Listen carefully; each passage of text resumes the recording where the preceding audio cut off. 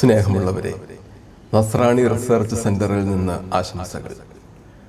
കഴിഞ്ഞ ക്ലാസ്സിൽ സുറിയാനി നാമങ്ങളുടെയും നാമവിശേഷണങ്ങളുടെയും ലിംഗവ്യത്യാസത്തെക്കുറിച്ചാണ് നമ്മൾ പഠിച്ചു തുടങ്ങിയത്. ഇന്ന് നമ്മൾ മനസ്സിലാക്കാൻ പോകുന്നത് സ്വഭാവത്താലെ തന്നെ പുല്ലിംഗമോ സ്ത്രീലിംഗമോ ആയിരിക്കുന്ന വാക്കുകളെക്കുറിച്ചാണ്.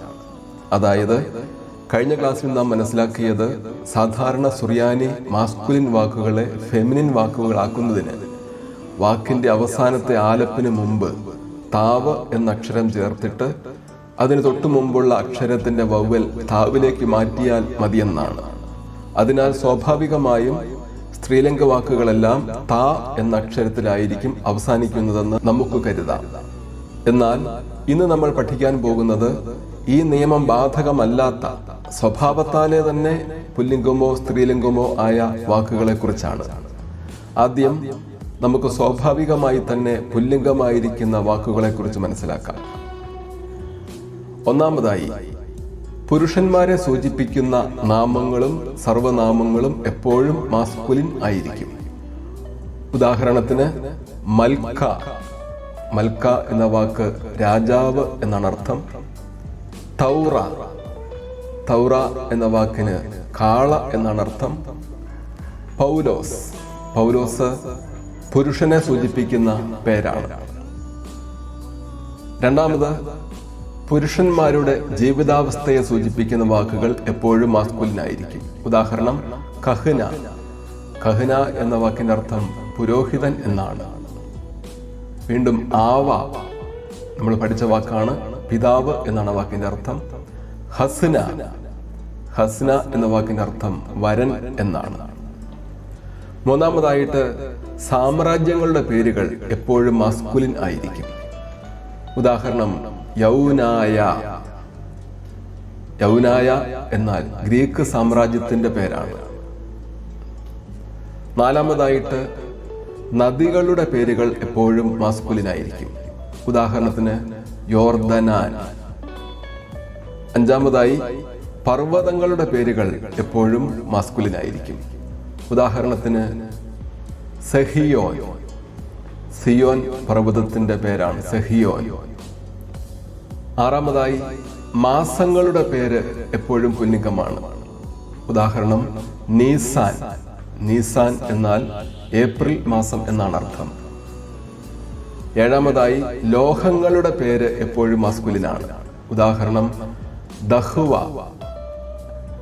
ദഹ്വ എന്ന വാക്കിനർത്ഥം സ്വർണം എന്നാണ്. എട്ടാമതായി, വൃക്ഷങ്ങളുടെ പേരും എപ്പോഴും മാസ്കുലിനായിരിക്കും. ഉദാഹരണം സൈത്ത. സൈത്ത എന്ന വാക്കിന്റെ അർത്ഥം ഒലിവ് മരം എന്നാണ്.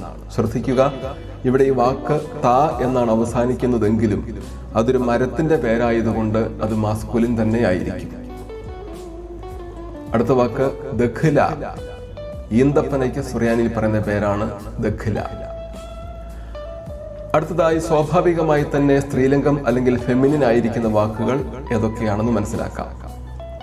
ഒന്നാമതായി, സ്ത്രീകളെ സൂചിപ്പിക്കുന്ന നാമങ്ങളും സർവനാമങ്ങളും എപ്പോഴും ഫെമിനിൻ ആയിരിക്കും. ഉദാഹരണം മറിയം. അടുത്ത വാക്ക് അത്സ. സ്ത്രീ എന്ന അർത്ഥത്തിൽ ഉപയോഗിക്കുന്ന വാക്കാണത്. രണ്ടാമതായി, സ്ത്രീകളുടെ ജീവിതാവസ്ഥയെ സൂചിപ്പിക്കുന്ന വാക്കുകൾ എപ്പോഴും സ്ത്രീലിംഗമായിരിക്കും. ഉദാഹരണം എമ്മ. നമ്മൾ പഠിച്ചതാണ്. എമ്മ എന്ന വാക്കിന്റെ അർത്ഥം അമ്മ എന്നാണ്. അടുത്ത വാക്ക് കൽസ. കൽസ എന്ന വാക്കിന്റെ അർത്ഥം വധു എന്നാണ്. മൂന്നാമതായി, രാജ്യങ്ങളുടെ പേര് എപ്പോഴും ഫെമിനിൻ ആയിരിക്കും. മുകളിൽ നമ്മൾ കണ്ടത് സാമ്രാജ്യങ്ങളാണ്. സാമ്രാജ്യങ്ങളുടെ പേരുകൾ മാസ്കുലിനും രാജ്യങ്ങളുടെ പേരുകൾ ഫെമിനിനുമായിരിക്കും. ഉദാഹരണം ഹെന്തോ. ഹെന്തോ എന്നാൽ ഇന്ത്യ എന്നാണ് അർത്ഥം. അടുത്ത വാക്ക് പാറേസ്. പാറേസ് എന്ന വാക്കിന്റെ അർത്ഥം പേർഷ്യ എന്നാണ്.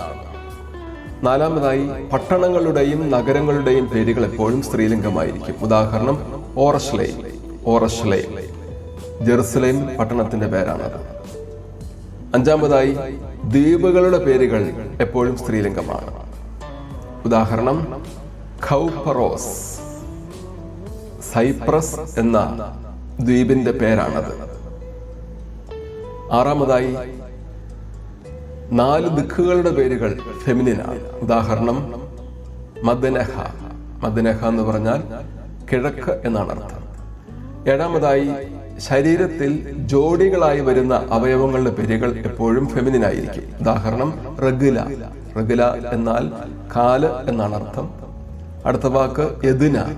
യദുന എന്നാൽ ചെവി എന്നാണ് അർത്ഥം. 8-മതായി അക്ഷരമാലയിലെ അക്ഷരങ്ങളുടെ പേരുകൾ എപ്പോഴും സ്ത്രീലിംഗമായിരിക്കും. ഉദാഹരണം ആലപ്പ്. ആദ്യത്തെ അക്ഷരമാണ്, ആ വാക്ക് ഫെമിനിനാണ്. ഇന്ന് മനസ്സിലാക്കിയ ഈ പാഠം നമുക്ക് നന്നായി പഠിക്കാം. ഉദാഹരണമായി നൽകിയിരിക്കുന്ന വാക്കുകളെല്ലാം എഴുതിയും വായിച്ചും പഠിക്കാൻ ശ്രമിക്കാം. ഭാഷ പഠിക്കുന്നതിൽ ഏറ്റവും പ്രധാനപ്പെട്ട കാര്യമാണ് പഠിക്കുന്ന ആ ഭാഷയിലെ വാക്കുകൾ പരമാവധി പഠിക്കുക എന്നത്. അതിനാൽ ആവർത്തിച്ചു പഠിച്ച് ഈ വാക്കുകൾ മനഃപ്പാഠമാക്കാം. വാക്കുകളുടെ ജെൻഡർ സംബന്ധിച്ച മറ്റു ചില കാര്യങ്ങൾ നമുക്ക് അടുത്ത പാഠത്തിൽ മനസ്സിലാക്കാം. നന്ദി.